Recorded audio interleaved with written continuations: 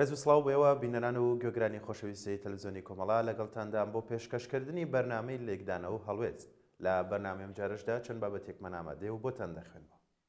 بابەت یەکەمیشمان بەناو نیشانی ئەو ڕێککەوتنەی کرا سەرکەوتن بوو یان شکست. ئەم بابەتە لەلایەن سەرتیب جەوهەرەوە ئامادە کراوە. قسە و باسی زۆر لەسەر ڕێککەوتنی نێوان کورد و دیمەشق دەکرێت. هەندێک پێیان وایە ڕێککەوتنێکی باشە بۆ ئەم قۆناغە و هەندێکی دیکە ڕەخنە لە ڕێککەوتنەکە دەگرن و پێیان وایە ئەوەی کراوە تەسلیم بوونە. لە نێوان ئەو دوو بۆچوونەدا دەکرێت شیکارێکی بابەتیانە و بە لەبەرچاوگرتنی کۆی ڕوودا و پێشهاتەکان بکەین، نەک تەنها لە گۆشەنیگایەکەوە ڕوانینە ڕووداوەکان. دەکرێت بەم شێوەیە دیوە جیاوازەکانی ڕێککەوتنەکە و لێککەوتەکە و پێویستیەکانی ئەم قۆناغە بخەینە ڕوو. دەکرێت بڵێن ئەم ڕێککەوتنە لە دۆخێکی ئەمنی و سیاسی زۆر دژوار داکرا، لە دوای گەلە کۆمەکی گەورەتر لە کورد کرا، لە دۆخێک داکرا کە دۆخی بەرەکانی ڕووبەڕوو بوونەوە ئەوەندە لە بەرژەوەندی لایەنی کوردیدا نەبوو. دەیان هەزار هاوڵاتی بەجارێک ڕوو لە ناوچە کوردستانیەکان ئاوارە بوون. باری مرۆیی بە جۆرێک بوو فشارێکی ئێجگار گەورەی لەسەر بڕیاردەرانی کورد لە ڕۆژئاوای کوردستان دروست کرد. هەروەک تورکیا بە هەرچی توانای سەربازیەوە پشتیوانی دیمەشقی دەکرد. هەروەها ئەمریکا کە ڕۆڵی سەرەکی لە سووریادا هەیە دەستبەجێ لە شەو ڕۆژێکدا لە نێوەنگیرەوە بووە لایەنگرێکی سەرسەختی تورکیا و دیمەشق. نوێنەری سەرۆکی ئەمریکا تۆم باراگ وەک کەوە سووری بەر لەشکر لە بری نوێنەرایەتی ئەمریکا بووە پێناو قاسیدی تورکیا و دیمەشق. بۆیە بەپێی هەموو لێکدانەوەکان و ئەو ڕێککەوتنەی کرا بریتی بوو لە ڕاگررتنی شەڕ و خوێن لەبەر ڕۆیشتن و پاراستنی خەڵک لە مەترسی لە ناوچوون و ئاوەرەبوونی بە کۆمەڵ، نەک لە پێناو پاراستنی پرۆژەی هەرێمی ڕۆژئاوای کوردستان. ڕێککەوتنی هەژدەی مانگ لە ڕووی تەکنیکیەوە لە کورتمەودادا زۆر گرنگ بوو بۆ گەلەی کورد لە ڕۆژئاوا، چونکە شەڕی ڕاگرت دەرفەتێکیدا بە هیوای کورد لە ڕۆژئاوا بتوانێت خۆی کۆبکاتەوە لە ڕووی ئەمنی و سەربازیەوە، هەروەک دەرفەتێک لە ڕووی دیبلۆماسیەوە بکەوێتە خۆ هاوکات شەقامی کوردستان بکەوێتە جوڵەیەکی بە کۆمەڵی یەکگرتوو کە بووە هۆی دروستکردنی فشاری گەورە لەسەر ئامریکا و ئەوروپا و تەنانەت دیمەشقیش. بۆیە دەبینین لە وردەکاری جێبەجێکردنی ڕێککەوتنەکە ئەمریکا و ئەوروپا کەمێک لە بەرژەوەندی کورد فشاریان لە دیمەشق کرد. لەم دۆخە ناهەموارەدا تەنها گەلی کوردستان فرێ ڕۆژاوای کوردستان کەوت. وەک مەزلوم عەبدی لە ساڵی 2009 زانی دەوتی جارێکی دیکە کورد بە سنگی ڕووتەوە بەرامبەر خەنجەری دوو دەوڵەتی تورک و عەرەبان وەستایەوە. ئەوەی لەم ڕێککەوتنەدا هاتووە ڕێڤەبەری خۆسەر یان لامەرکەزی و هیچ ناونیشانێکی لە ئەدەبیاتی سیاسیدا نییە، بەڵکو ناڕاستەخۆ بەڕێوەبردننی کووردە لە ناوچە کوردستانیەکان لە چوارچێوەی پەیکەربەندی دەوڵەتی سووریا. لە هەر هەمووی گرنگتریش کورد هێزە سەربازیەکەی دەمێنێت و ئەمنیەتی شارەکانی بەدەستەوە دەبێت کە جۆرێکە لە گەرنتی مانەوەی تایبەتمەندی شارە کوردستانیەکان. سەرباری نەبوونی هیچ گەرنتیەکی نووسراو لەلایەن ئامریکا و ئەوروپاوە، بەڵام ئامادەبوونیان لە جێبەجێکردنی وردەکاری ڕێککەوتنەکە گرنگی خۆی هەیە. ڕێککەوتنەکە جۆرێک لە مافی ڕۆشنبیری و فەرهەنگی داوە بە کورد، هەروەک کورد ڕاستەوخۆ بەشدار دەبێت لە ئیدارەدانی سنوور و دامەزراوەکانی نەوت و ئەوکات بەشدار دەبێت لە بەڕێوەبردننی بەشێک لە جومگەکانی حکومڕانی دیمەشق. کورتیەکەی دەزانین ڕێککەوتنەکە بۆ پاراستنی کورد بوو لە ناوچوون و کۆمەڵکوژی و کۆچی بە کۆمەڵ و چۆڵکردنی خەڵک یان خاک، نەک بۆ پاراستنی ئەزمموی خۆ بەڕێوەبەری ڕۆژئاوای کوردستان. قەبارەی هەڕەشەکە زۆر گەورەتر بوو لە توانای بزوتنەوەی کورد لە ڕۆژئاوا. ئەو شەڕەی ڕوویدا تەنها لەگەڵ دیمەشق نەبوو، بەڵکو ڕووبەڕووبوونەوە بوو لەگەڵ تورک و بەرژەوەندی ئەمریکا و بەشێک لە وڵاتانی عەرەبی بە تایبەت سعودیا و قەتەر و ئیمارات. بۆیە ئەو ڕێککەوتنەی کرا ڕەنگە شتێکی ئەو توی تێدا نەبێت لە ڕووی تەکتیکیەوە کوردی پاراست، بەڵام لە دوورمەودادا پێویستە کاری لەسەر بکرێت و ئەوەی هەیە دەبێ بپارێزرێت و چاوەڕێی دەرفەتی دیکە بکرێت. لە مەودای مامناوەندا پێویستە کورد ئیش بۆ ئەوە بکات مافەکانی لە دەستوری سووریادا بچەسپێنێت هەر لەسەر ناساندنی کورد وەکو نەتەوە، نەک وەک لە ڕێککەوتنەکەدا بە کۆمەڵگای کورد ناوی هاتووە لەگەڵ هەموو مافە فەرهەنگی و سیاسیەکانی دیکەشی. چونکە بوونی هەر جۆرێک لە تایبەتمەندی لە چوارچێوەی ڕێککەوتنێکی بە پەلە و ناچاریدا گەرنتی نادات بە سەقامگیری و مانەوەی ئەو تایبەتمەندیە بە ناوچە کوردستانیەکان، هەروەک گەرنتی نادات دیمەشق لە ڕێکەوتنەکە پاشگەز نەبێتەوە. دەشێت هەموو کاتێک تورکیا یان دیمەشق پاشگەز ببنەوە و پەلاماری کورد بدەنەوە. بۆیە پێویستە هەرچی زووە کار بۆ چەسپاندنی مافەرنەتەوەی و ئیداریەکانی بکات لە دەستوری نوێی سووریادا. بەدڵنیاییەوە بارودۆخی سووریا بەم زوانە سەقامگیر نابێت. ئەوانەی حکومڕانی نوێی سووریایان ڕادەستکراوە ئەگەر هاوکاری و فاکتەری دەرێکی نەبێت ناتوانن بۆ ماوەیەکی درێژ بەردەوام بن. بەڵام ئێستا دۆخەکە لە بەرژەندی ئەودا نییە. بۆ بزوتنەوەی کورد زۆر گرنگە کار لەسەر سێ فاکتەری سەرەکی بکات کە یەکەمیان بە هیچ شێوەیەک دەستبەرداری هێزی سەربازی و ئەمنی نەبێت، چونکە دەستبەرداربوونی هێز یەکسانە بە لە ناوچوون بە درێژای مێژوو ئەوەی چەکی ڕادەستکرد دەبێت لە ناوچوە. ناخەسمە لەگەڵ ئەو ڕژێمە نوێیەش کە ڕژێمی دینی و قەومی توندڕەوە. خاڵی دووەم پێداچوونەوە بە پەیوەندیەکانی لەگەڵ ئەمریکا و ئەوروپادا بکات و دەست بە لۆبیەکی ڕێکخراو بکات تا ببێتە جۆرێک لە گەرنتی بۆ پاراستنی لە هەر هەڕەشێکی دەوڵەتی تورکیا و سووریا.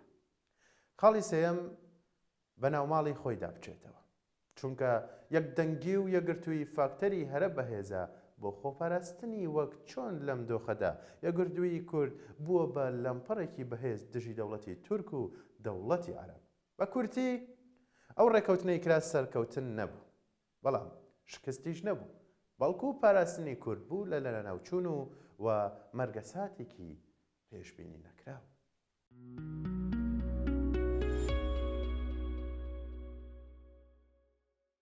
بۆچی سەرۆک عەشیرەتە عەرەبەکان خیانەتیان لە کورد کرد؟ ئەمەش ناونیشانی بابەتێکە لەلایەن ئەسعەد جەباری ئامادەکراوە. مامۆستا ساڵح بوزان لە کورتە ڤیدیۆیەکدا بە 6 خاڵ زۆر بە کورتی تیشکی خسوەتە سەر ئەو ناپاکیەی کە بەرامبەر کورد کراوە لەلایەن خێڵە عەرەبەکانی ڕۆژئاوای کوردستان و خاڵی خستوەتە سەر پیتەکان بە زمانێکی پارە. ئەو بە زمانی عەرەبی و ڕاشکاوەنا ئەمەژە بۆ بابەتەکان دەکات و پەنجەش دەخاتە سەر ئەو خاڵانەی کە پێویستە هەمووان بزانن کە ئایا ئەوە عەرەبەکانن خیانەت و ناپاکیان کردووە یان سەرۆکی عەشیرەت و خێڵەکانیان. لێرەدا بە کورتی قسەکانی کۆ دەکەمەوە وەکو خۆی خاڵ لە دوای خاڵ کە پێویستە زۆر هۆشیارانە مامەڵە لەگەڵ ئەم بابەتەدا بکەین دەخەین. خاڵ یەکەم، هەمیشە گەورە و سەرۆک عەشیرەتەکان هەروە بوون و هەروایە. ئەوان پشتی ئەو لایەنە دەگرن کە بەهێزە و هێزی هەیە لە گۆڕەپانەکەدا. ئەوان واتە سەرۆکی عەشیرەت ناپرسێ کێ عادڵە یان کێ نەعادڵە، بەڵکو لەگەڵ بەرژەوەندیەکانی خۆیدا هەنگاو دەنێ بە پێی ڕۆژگار و کێش لەسەرەوە بێت ئەو لەگەڵیدا هەنگاو دەنێ. خاڵی دووەم، ئەوە ڕاستێکی حاشا هەڵنەگرە کە ئەمریکا پشتی جۆلانی دەگرێ. بۆچی؟ چونکە لای ئەمریکا استراتیژیە. ئەمریکا ناوێت پرۆژێکی نیشتیمانی دیموکراتی سەربگرێ لە سووریا کە هەسەدە ڕابەرایەتی بکات کە دوور نییە ئەگەر پرۆژەی دیموکراتیزەکردنی سووریا لەسەر دەستی هەسەدە ڕزگار ببوایە سووریای ئەنقاز دەکرد. لەو بەردۆخەشدا کورد دەبوو بە ڕابەری هەڵسانەوەی سووریای نوێ. بۆیە ئەمریکا کەوتە دژایەتیکردنی ئەو دیموکراتیزەکردنەی هەسەدە و بە فیتی تورکیا و کەنداوی عەرەبی کەوتە دژایەتیکردنی کورد لە سووریا بۆ لەباربردنی پرۆژەی سووریای دیموکرات و ئازاد. خاڵی سێیەم، بۆچی کورد بوو بە قوربانی؟ چونکە هەسەدا پرۆژەیەک بوو بۆ تێکشکاندنی بازنەی تایەفی و لە بناغەدا هێزێکە بۆ ڕادەستکردنەوەی سووریای هاوچەرخ لە نێو هەموو تیرە و تایەفەکانی وڵات بە بێ جیاوازی. بۆ ئەمەش نەک هەرەوە بڵێن ئەمریکا، بەڵکو هەموو عەرەب و کەنداو تەنانەت تورکیاش زۆر لەم ئاراستەیە دەترسێت، چونکە ئەمریکا سووریایەکی دیموکراتی ناوێ، بەڵکو ئەو سووریایەکی دەستەمە و ملکەچی دەوێت بۆ خۆی و پیاوی ئەمریکا بن. خاڵی چوارەم، عەقڵی عەشایر هەرگیز هەڵە ناکات، بەڵکو سەرۆکی خێڵ دەبێت دار دەستی دەسەڵاتداران کە ئەمە لە هەموو دنیا هەروایە. سەرۆکی عەشیرەتەکانی عەرەبیش لە سووریا هەروە بوون، پێشتر کێ پاریان بداتێ ئەوان دەکەونە دوی ئەو. بۆ نمونە موچیان لە عوسمانیەکان وەردەگرت سەردەمانێ، دواتر لە فەڕەنسیەکان، پاشان لە ئینگلیز، تەنانەت جەمال عەبدولناسر و هەتا بەعسیەکان و حافز ئەسەد و تا دەگاتە کوڕەکەی واتە سەرۆک عەشیرەتەکان هەردەم ملکەچی دەسەڵات بوون و تا ئەندازەی ئەوەی دەبوون بەدەمسپی هەموو بابەتێک لە پێناوی پارە و سامان بێگومان ئەمەشیان هەر لەگەڵ کورد واهێنا و لە پێناوی پارە و پول دەبوون بە هەواڵگر و چەکداریان تا دوجار لە پشتەوە خەنجەریان لە کووردا. لای ئەوان هیچ مەسەلەیەک نەگۆڕا جگەل لە بزوتنەوەی سیاسی و بازاڕ پەیداکردن بۆ خۆیان و دەوڵەمەند بوونیان. خاڵی پێنجەم داراییەکی زەبەلاح لە کەنداوی عەرەبی لە خزمەت تێکشکاندنی کورد بوو لە سووریا. بە پلەی یەکەم وڵاتانی سعودیە و قەتەر ئەوان هەرگیز و هەرگیز ڕژێمێکی دیموکراتیان ناوێت لە سووریای نوێ بەڵکو ئەو ڕژێمەیان دەبێت کە ملکەچی کەنداو بێت. جۆلانی خۆی وا پیشاندا کە نمونەیە سەرەتا پێشەوەی کە هەر ڕێگەیەک بگرنە بەر هەڵسان بە بڵێن کڕینی سەرۆ عەشیرەتەکانی سووریا نەک عەشیرەتەکانیان بەمەش پارەیەکی زۆریان بۆ ئەو بابەتە خەرج کرد کە خۆی دەدا لە 6 ملیۆن دۆلار نرخیان بۆ سەرۆ عەشیرەتەکان دانا کە هەریەکەیان نرخی چەند بێت. خاڵی شەشەم و کۆتایی خیانەت هەڵوێستێک نییە یان بۆچوونە یاخود جیاوازی لە ڕا بەڵکو خیانەت ئەوەیە کە ئەوەی دەتپارێزێ تۆ بیت بڵێن لە پشتی پەردەوە بیفرۆشی بنهێنی یان ئەوەی کە بەرگریت لێ دەکات تۆ لە پشتەوە خەنجەری لێ بدەیت یاخود بەشداری بکەیت لەگەڵ کەسێکدا کە دوجار دوور نییە سرت ببڕێ. مامۆستا ساڵح بوزان لە کۆتایی قسەکانیدا دەڵێ ماڵێن عەرەب خیانەتی لە کورد کردووە ئەمە هەڵەیە و نابێ بوترێ ڕاستیەکەی ئەوەیە دەبێ بڵین کە سەرۆکی عەشیرەتەکان خیانەتکار بوون بەرامبەر بە کورد هەروەها دەڵێ ئەوەی خیانەتی کرد ئەو ئەقلیەتەیە کە جگە لە پارە هیچ شتێکی تر نازانێ سەرۆکی عەشیرەت و خێڵ تەنها بیری لای پارە و سامان و دیاریە و بەس. دوجار مامۆستا ساڵح بوزان لە کۆتاییدا دەڵێ کورد سەرڕای هەموو ئەو ماڵوێرانی و شکستەی بەسەری داهاتووە دەمێنێتەوە و بەردەوام دەبێت چونکە خاوەنی دۆزێکی ڕەوای نەتەوایەتی خۆیەتی و ناشکێ.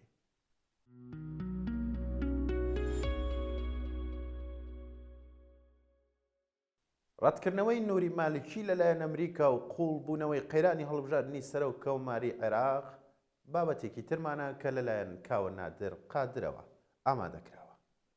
دوای بڕیاردانی لایەنە شیعەکانی عێراق لە ڕۆژی دووشەمە 26 مانگە بۆ کاندیدکردنی نووری مالکی بۆ سەرۆکوەزیرانی ئەو وڵاتە و وەرگرتنی ڕەزامەندی ڕابەری کۆماری ئیسلامیش لە ئێران لە 27 هەمان مانگ لە ڕێگەی شاندێکی سێ کەسی بۆ تاران و بڵاوکردنەوەی لە ڕاگەیاندنی ئێران هەر دوای ئەو ڕاگەیاندنە لەلایەن ئەمریکاوە نامەیەک بۆ کۆبوونەوەی هەماهەنگی شیعەکان نێردرا و بوو بە پەیوەندێکی تەلەفۆنی کە هەمان ڕۆژی نامەکەی ئەمریکا لەلایەن وەزیری دەورەی ئەمریکا واتە مارکۆ ڕۆبیۆ لەگەڵ سەرۆکوەزیرانی کاربەڕێکەری عێراق محەممەد شیع سوودانی ئەنجامدرا.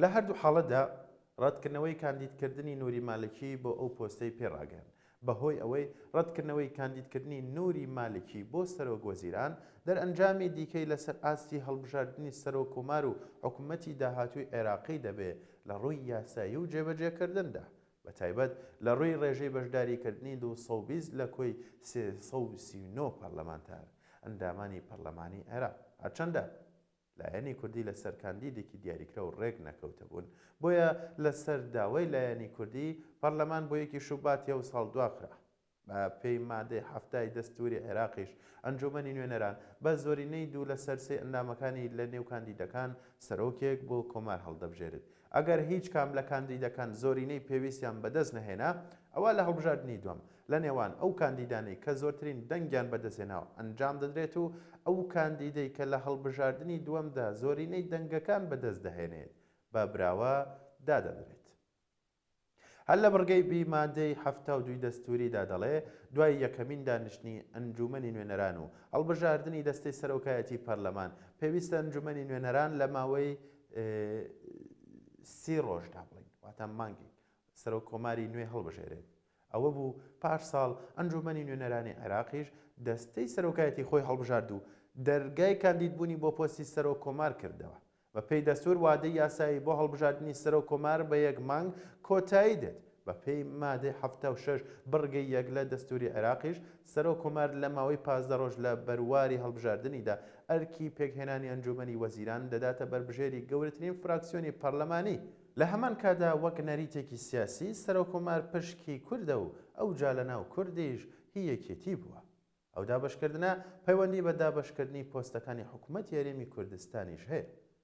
کۆنەبوونەوەی پەرلەمانی کوردستان و دانەمەزراندنی کابینەیدا تا ئێستا کە پتر لە ساڵێکی بەسەردا ڕەت دەبێ بەندە بە هەڵبژاردننی سەرۆک کۆمارەوە وەک پاڤڵ تاڵەبانی سەرۆکی یەکێتی نیشتیمانی کوردستانی و تەنانەت چەند لێپرسراوێکی یەکێتیش دێڵێن بە هیچ شێوەیەک سازش لەسەر پۆستی سەرۆک کۆمار ناکەین. بۆیە دواخستنی هەڵبژاردننی سەرۆک کۆمار بۆ ڕۆژی یەکی شوبات و دۆزینەوەی چارەسەرێکی کونجاو کارێکی باشە و ئەگەر نا سەر لەبەری لە عێراق و هەرێمی کوردستانیش قەیرانێکی گەورەی ئیداری تێیدا دروست دەبێت کە ئێستاش دەکرێت بە هاسانی تەجاوز بکرێت.